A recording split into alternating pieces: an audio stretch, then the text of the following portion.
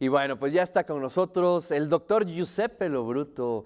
Giuseppe, ¿cómo estás? Un día histórico, creo que es un día muy especial y pues vale la pena pues que se analice qué es lo que está sucediendo, cuáles son los fondos, los matices pues de esta reforma, ¿no? Esta, digamos, nueva postura ante lo que entendemos como sistema judicial, ¿no? Y es muy interesante lo que está sucediendo en el país. Habrá discusiones a favor, en contra, como debe de ser, pero bueno, con especialistas como tú, ¿no? Podemos entender pues cuáles son las facturas de estos cambios. Muchas gracias, Ricardo. Buen día, como siempre, a todos y a todas. Efectivamente, es un día histórico. Hoy empieza en el Senado la discusión y muy probablemente habrá la votación de la reforma judicial. Creo que de todas las reformas constitucionales, esta es la más importante y la más sensible.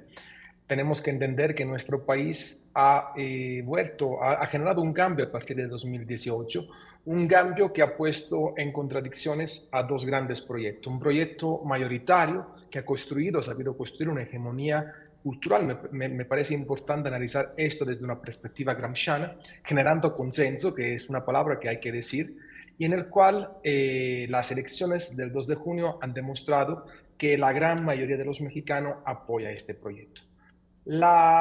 Es importante también entender que a lo largo de la historia ha habido más de 64 modificaciones digamos, al Poder Judicial y nunca ha habido ninguna protesta. Al mismo tiempo, me parece importante señalar, querido Ricardo, la red de nepotismo que hay dentro del sistema judicial, más de una red de 6.355 personas. Y hoy justamente salía en la jornada entramado de nepotismo del Poder Judicial hasta 26 familiares en una misma institución. Me parece importante señalar que la reforma al Poder Judicial no es algo que está poniendo, digamos, en la tabla de la discusión, en la mesa de la discusión, algo que es descabellado. La elección popular de los jueces es muy común en otros países, en muchos estados de los Estados Unidos, en Bolivia, por ejemplo, y también entender que los jueces, magistrados que serán presentados para las elecciones también serán, digamos, validados por los poderes, es decir, por el Ejecutivo, por el Legislativo. Entonces, creo que es una reforma judicial que cambia las bases estructurales de un sistema de justicia podrido, diría yo, donde, por ejemplo, en los últimos 6 años, el 75% de las iniciativas del Poder Legislativo ha sido rechazado por la Suprema Corte, y en el cual también muchos lo definen como clasista, como racista, y sobre todo donde hay digamos, un despilfarro de dinero enorme sobre lo que están ganando los jueces con respecto a los otros poderes y con respecto a la renta media que hay en este país. Creo que a partir de esto deberíamos de pensar a reflexionar más allá si estamos o no de acuerdo. Oye, entiendo eso y creo que la mayoría de la gente está a favor, bueno, pues lo que se observa, ¿no? Este tipo de cambios, pero digamos, en el funcionamiento de la ley, ¿no? Es decir, en los procesos legales, ¿cuáles son los cambios que se observan, Giuseppe? Digamos, cambian digamos, los integrantes, ahora son por elección, este tipo de cosas, pero bueno, pues también entendemos que tenía muchas fallas de origen, ¿no? Estructurales en el sistema, y creo que eso también es lo que, digamos, la gente estaría muy interesado en ver cuáles son esos cambios, ¿no? Claro, efectivamente los son cambios estructurales porque hay muchas fallas, como bien dices, en la misma estructura del Poder Judicial y cómo ejecuta ese poder. Hoy, ¿cuáles son los grandes cambios? La elección de los jueces, magistrados y ministros va a ser un punto, creo que yo, esencial. Eso hay que verlo con muchas especificidades porque dependiendo de la Suprema Corte, si son los jueces de distrito, tienen ciertas características, también por lo que se refiere a los criterios y digamos, a las elecciones, cómo deberían de realizarse. También, digamos, señalar que esto no es nuevo, como decía, sino que se repite en otros estados. También habrá, digamos, resolverá es el propósito, digamos, la falta de eficiencia que ha tenido el Poder Judicial a lo largo de muchas décadas, sobre todo en las últimas décadas. Y creo que eso es lo que más quiere la gente, es decir, que haya un sistema de justicia que permita en sí que esa justicia se realice, que no es solamente para los ricos. Digamos que a la hora de hablar de una reforma de esta reforma de justicia, creo que también hay que utilizar el mismo lenguaje que el presidente de la República a lo largo de estos 6 años ha utilizado con la gente. No hay que hacerlo muy complicado, empezando, sobre todo cuando estamos en medios de información, diciendo cómo van a ser los mecanismos. Hay ya, digamos, un documento que explicita cómo se debe hacer, está en internet, lo pueden buscar, hay mucha información con respecto a ello, pero creo que la cuestión de fondo es esa, que se espera las personas comunes y corrientes de este país con respecto a que funcione un sistema de justicia.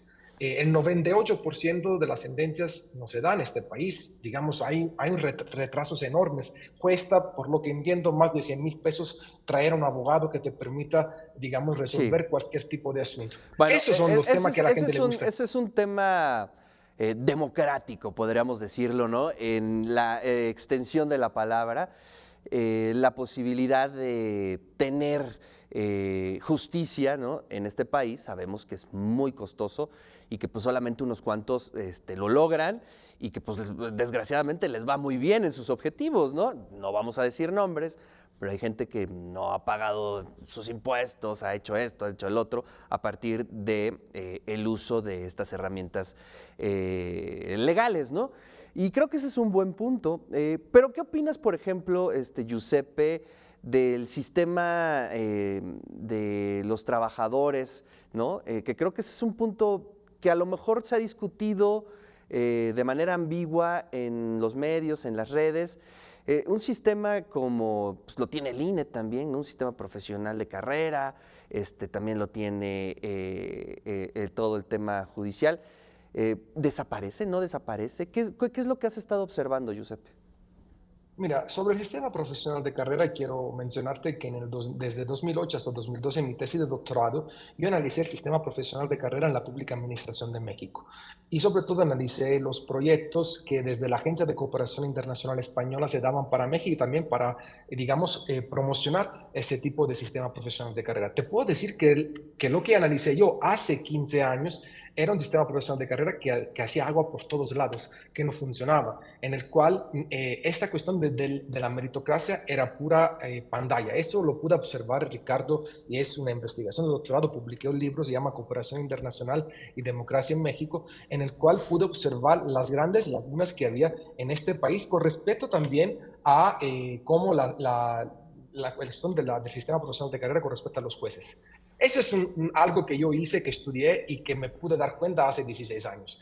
Con respecto a la meritocracia, yo creo que el hecho de que tú tengas criterios para poderte, digamos, ser escogido para los poderes, para que luego puedas ir a elección, eso permite también que no va a ir cualquiera. También la gente que debe de estar ahí debe de ser gente preparada. Ahí hay unos criterios que establece desde el promedio, desde la experiencia, desde, digamos, la manera en la cual tú te has desempeñado.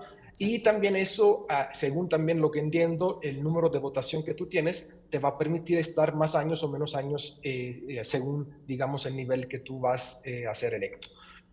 Por otro lado, creo que Ricardo ha funcionado en muchos países la elección de los jueces. Yo creo que esto es un tema que los politólogos deben de poner el acento. ¿Por qué el poder legislativo, por qué en el poder ejecutivo todo se elige, por qué en el poder judicial no podemos elegir a los jueces? Me parece que esto es algo muy, muy importante. Claro. Digamos, son 3 poderes, es un equilibrio y tenemos que tener la capacidad de elegir, como tenemos la capacidad de elegir a un presidente de la República, a gobernadores, que el pueblo no tiene la capacidad de elegir a jueces. Me parece que en este caso también tenemos que romper con mitos que hay en torno al Poder Judicial. Y el otro tema, Ricardo, que son Pero los trabajadores.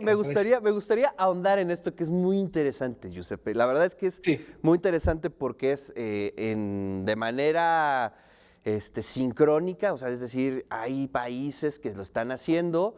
Desconozco, yo no soy especialista, pero sé de varios países que lo hacen.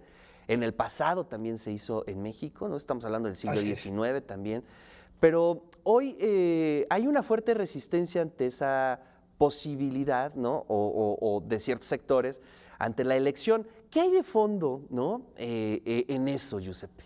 Es muy interesante, ¿no? Porque, bueno, pues finalmente las cosas cambian, ¿no? El país se está democratizando, pues, quizá un camino natural poder tener elecciones en esto y en otros muchísimos más rubros que nos hace falta, pero esta resistencia de ciertos sectores, quiero subrayarlo, ¿a qué obedece?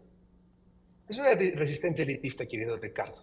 Es decir, el Poder Judicial ha creado una élite tremenda, una élite que ha podido poner en jaque a los demás poderes. Esa es la realidad.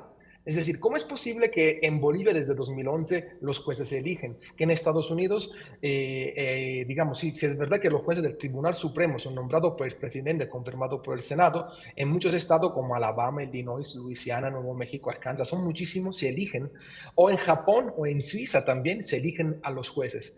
¿Por qué no, aquí, como tú bien dices, está esta resistencia? Porque claramente volverse juez en cualquier nivel significa poner a familiares en tu, digamos, trabajando por el Poder Judicial. Crear una red de nepotismo que ningún otro poder existe. Ser un poder de facto tremendo que pone en jaque a los demás poderes. Y tú me podrías decir, ¿y por qué estás diciendo eso? Bueno, verbam vola scripta manent, querido Ricardo. El 75% de las iniciativas que el Poder Legislativo ha presentado desde 2018 al 2024 ha sido rechazado por la Suprema Corte, lo cual suena algo raro. ¿Por qué la Suprema Corte se opone? Y otro dato sobre esto que además es muy interesante es ¿por qué Norma Piña justo ahora presenta su contrarreforma? ¿Que no ha tenido tiempo a lo largo de estos meses de presentar una contrarreforma? Solo ahora se dio cuenta que no tiene la mayoría. Yo creo que se ha creado dentro de los vicios que el sistema democrático liberal tiene, es el de haber creado una élite del Poder Judicial que pone en jaque a los demás poderes. Y creo que las ciencias políticas deben de tener las agallas a nivel mundial, no solo en México, de poner de relieve los análisis en torno al por qué sí, al por qué no votar por los jueces. Es decir, por qué los demás poderes los podemos elegir de manera democrática, ellos representan esa soberanía, nuestro representante, y por qué los jueces no. ¿A poco un presidente de la República debe de ser menos preparado que un juez de la Suprema Corte? ¿A poco un diputado o un senador es alguien que es menos preparado que un juez de distrito? Yo creo que esas son las preguntas que dentro de la academia, dentro de las ciencias sociales debemos de hacernos, porque no es una cuestión de México. Este tema estoy seguro que será tratado en otros países, como es tema de discusión en otros países. Ese es mi humilde punto de vista, Ricardo. Sí, no, claro, y te lo agradecemos. Porque pues de eso se trata, ¿no? De escuchar puntos de vista y sobre todo que hoy, que hacerle extensivo este mensaje a la audiencia, que hoy es un día muy importante para el país, ¿no? Se están tomando decisiones muy importantes y qué es lo que debemos de hacer como ciudadanos con principios democráticos, pues tener la mayor cantidad de información para sacar nuestros puntos de vista, para argumentar, para hacer crítica, pues es lo que nos toca hacer sin duda alguna, Giuseppe. Claro, y un punto de vista de manera interdisciplinaria, porque aquí hay en el medio cuestiones jurídicas, cuestiones sociales, cuestiones de política, digamos. Tenemos que verlo de manera interdisciplinaria. Yo te puedo decir como sociólogo que esto se escribe en un contexto de grande transformación, de cambios en nuestro país, en el cual hay una diatriba entre dos proyectos alternativos. Aquí no es solamente haber ganado el gobierno, aquí se quieren cambiar también ciertas maneras en que el Estado ha ejecutado su política a lo largo de los últimos 30 años. No es retórica decir se rompe con el sistema neoliberal, como muchos piensan que es. No es retórica. Poco a poco se quiere poner las bases de una transformación que logre, digamos, impactar ciertas medidas políticas, económicas y sociales que tanto daño han hecho en México. Y como en todo, es decir, todo es perfectible, nada es perfecto. Pero creo que el pueblo de México, por su propia concientización, que no es solamente a partir de 2018, y creo que hemos vivido un largo y tortuoso proceso de democratización que nos ha hecho muy conscientes de la sociedad en donde queremos vivir. Y a partir de esto es muy claro que el 2 de junio ha manifestado que la enorme mayoría de este país ha querido dar apoyo a la transformación del país. Entonces, yo creo que como lo decía la semana pasada, cuando hablábamos del sexto informe del presidente de la República, tenemos que entender la realidad en que vivimos. Te hago un ejemplo y con esto concluyo, Ricardo. Muchos me preguntan, ¿tú venías venir en 2018 la victoria de AMLO de la Cuarta Transformación? Más allá de ser López Obradorista, ¿no? Como científico social te puedo decir que sí, porque la gran transformación que se ha dado a lo largo de décadas se venía a consumir, consumar perdón, a partir de todas estas, Claro. digamos, concientización que el pueblo mexicano tenía. Y esto hoy es lo que estamos viviendo. Pues te agradecemos mucho, Giuseppe, gracias por tu punto de vista y te mandamos un gran abrazo. Hay que estar atentos a qué horas inicia la sesión en el Senado. Ya, Ya yo creo que está, ya casi. está. Ah, bueno, ahí Ya de estaremos estar, no sé atentos. la hora exacta, pero ya de estar. Y creo que hoy se vota también, querido Ricardo, y Bueno, habrá vamos muchas a ver cómo se sorpresas. pone. Te mando un gran abrazo, Giuseppe. Muchas gracias. Igual para todos. Nos vemos el próximo martes. Cuídense.